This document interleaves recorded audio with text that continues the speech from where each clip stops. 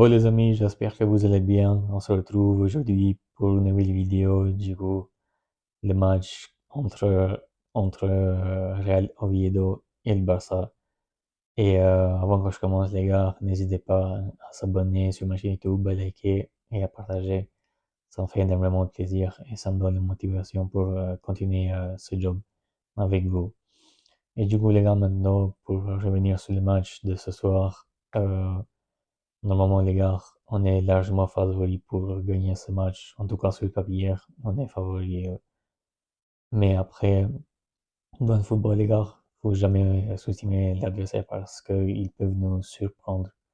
Donc, attention quand même contre des petits comme ça parce que des petites équipes comme ça sont manquées de respect quand je dis comme ça, mais ils donnent tout en fait contre les grandes équipes. Donc, quand même, les gars, il faut se méfier.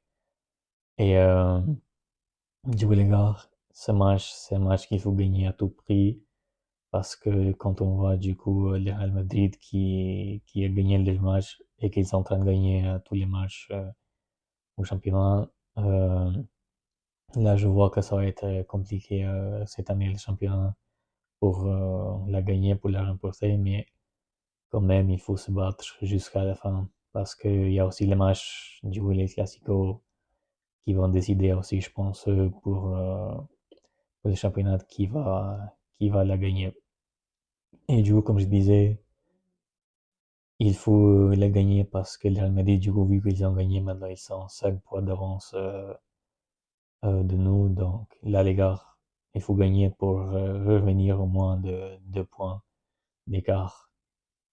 Mais après, si on gagne pas, euh, là, ça va être plus compliqué, les gars, parce que, comme j'ai dit tout à l'heure, comme quand on voit le Real Madrid qui prend des victoires presque chaque match et tout, donc c'est pour ça les gars que là c'est à nous la pression.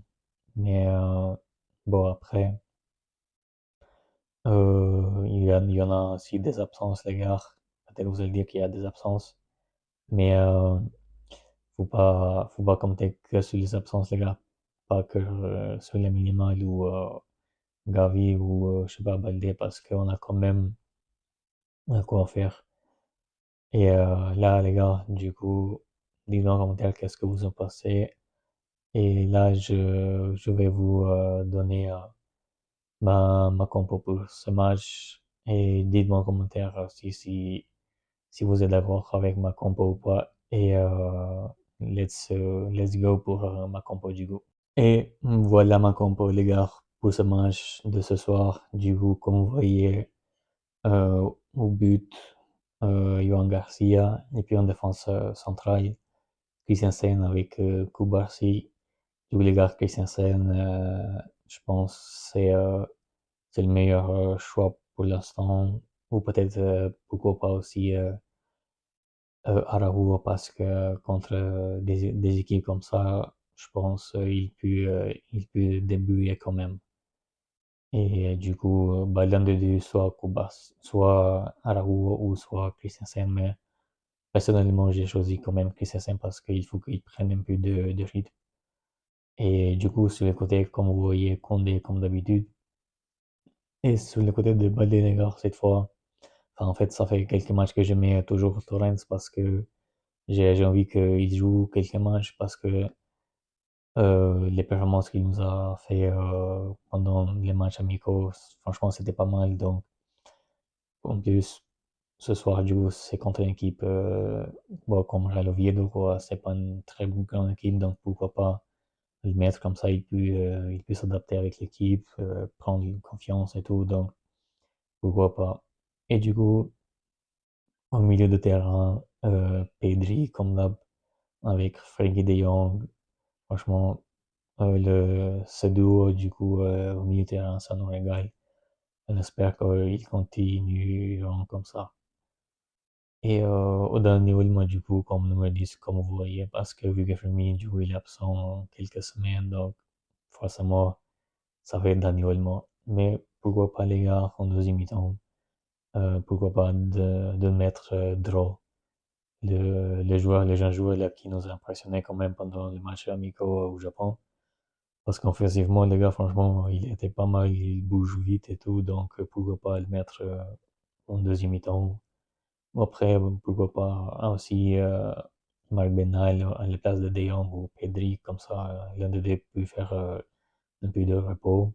Pourquoi pas de mettre Casado aussi, comme ça ils peuvent reposer tous les deux parce qu'il y a le match de Ligue des Champions qui arrive bientôt les gars la semaine prochaine. Donc franchement là, il faut prendre plus de soin de, de joueurs quand même, il faut qu'ils reposent un peu aussi.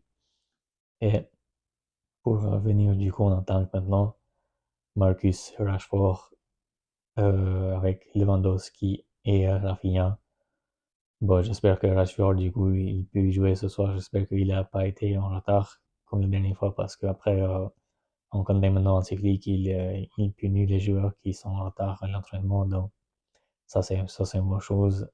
Et on espère qu'il sera titulaire ce soir parce qu'il commence à prendre confiance en lui petit à petit. Donc, là, les gars, on voulait voir Rashford quand même titulaire. Du coup, c'était tout pour cette vidéo, les gars. Dites-moi en commentaire si vous êtes d'accord avec moi ou pas. Et je vous dis bah, ce soir pour le débrief du match. Et prenez soin de vous, les gars.